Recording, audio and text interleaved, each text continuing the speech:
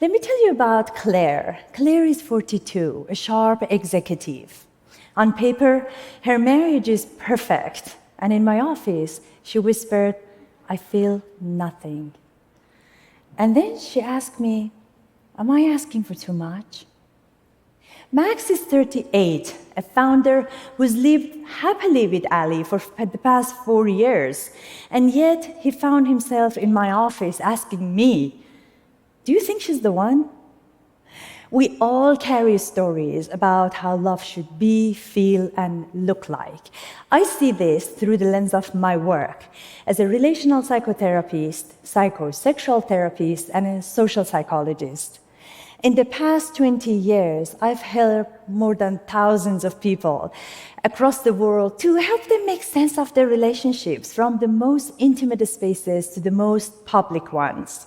Today, I want you lovelies to look at me as your relationship architect, because I'm here to offer you a blueprint that is evidence-informed and is going to introduce you to a whole new model of love so that you can develop the loving relationships you desire without second-guessing yourself, the other person, or the relationship. I hope you're ready. So, my colleague and I studied 450 couples who've been together anywhere from 1 to 40 years. And these couples showed us 6 essential ingredients.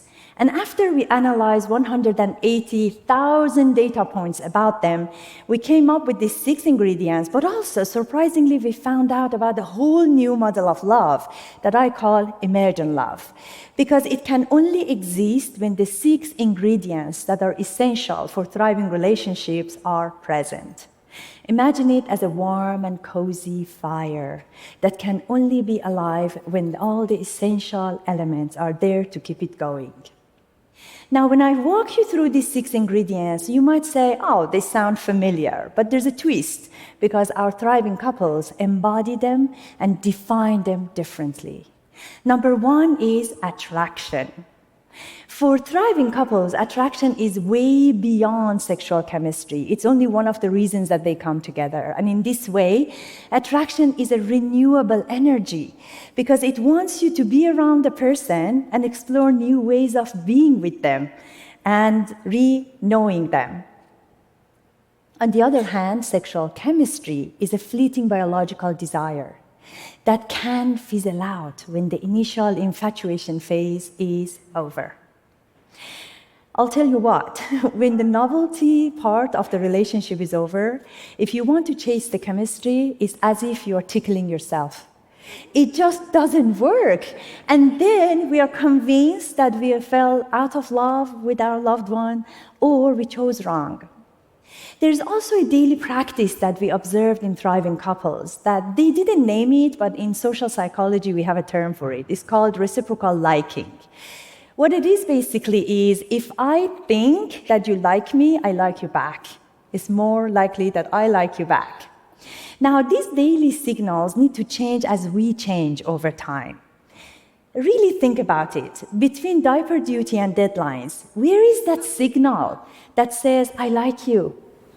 I'm into this version of you now"? Number 2 is respect. Respect literally means to look again. So basically, it's the opposite of taking anyone, including yourself, for granted. And obedience, walking on eggshells, is not respect. They are fear. Thriving couples have basic etiquette. They say hello in the mornings. They say good night before they call it a night. They don't interrupt. They don't walk away mid-conversation. And they don't cover up sarcasm as humor. I often hear I'm not respected by my partner, and I ask, "Are you respectable?" And there's a pause. I say, "Look, do you live by your own principles, or are you the first person walking all over them? Do you communicate your boundaries as invitations so the other person knows how to be around you, lovingly, firmly, and on time, or as passive-aggressive ultimatums? And do you equally have regard for the other person's boundaries?" Thriving couples are both respectable and respectful. Number 3 is trust. We found that trust has 2 main pillars. One of them is consistency, and one of them is reliability. So you have to really be able to have both. Now, thriving couples know that trust is built and rebuilt based on little promises kept over time, not grand and expensive apologies. Think of it this way, that you need to show up for one another no matter how big or small the stakes are. You can't leave the other person hanging. Think about that unpaid bill. Think about the second drink you shut down and you don't even remember it. Think about the private story that was shared public. Think about the harmless DMs and likes. Number 4 is compassion, not empathy. If empathy is feeling with the other, compassion is feeling for the other without losing your own ground. Our couples told us that over-empathizing and over-identifying can kill your relationship, can really drain your relationship. Yes, there are moments that you would like to commiserate with each other or feel those juicy sensations when you have erotic empathy with one another. But for daily lives, everyday life, compassion is the default for these couples. Picture this. I come home upset. You match my intensity to the level that you lose it with me. If we are both bleeding, who gets the Band-Aid? So thriving couples can be there for the other without making the scenario about themselves. Next one is shared vision. You need to know where you're going individually and as a couple. At least know where you don't want to end up. Otherwise, your resources will be scattered and resentment will be inevitable. Thriving couples have plans for their days, weeks, and years ahead. They name a destination and then they prioritize their resources of time, energy, attention, and money, and they commit to them. So their daily choices are strategies, not tug of war. They also negotiate often what movies to watch tonight. They compromise sometimes. This holiday at my parents', the other one at yours. They sacrifice rarely. For example, let's have this relationship long distance for 2 years until your degree is over. They make it time-bound, specific, rewarded, not expected. Last but not least is the loving behaviors. Loving behaviors show us you don't fall out of love, you fall out of loving. So one thing that we learned is love in thriving relationships is not unconditional or a given. When was the last time that you went out of your way for your partner?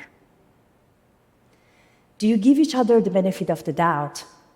Thriving couples are tender with their touch, with their word, with their presence, and they make them exclusive and specific to each other, even if other people are in the mix.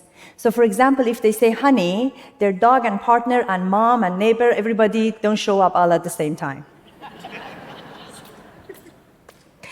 There you have it, lovelies. I offered you an evidence-informed blueprint to build thriving relationships, so love has a chance to emerge. You build what fits your life. And tonight we talked about coupledom. But trust me, I've seen it over and over again. If you master these 6 ingredients, you will rise in all of your relationships. Because the way we do one relationship is the way we do them all. And if you're going to take one thing out of our time together tonight, let it be this. Everyone can and deserves to be in the loving relationships they desire. Thank you.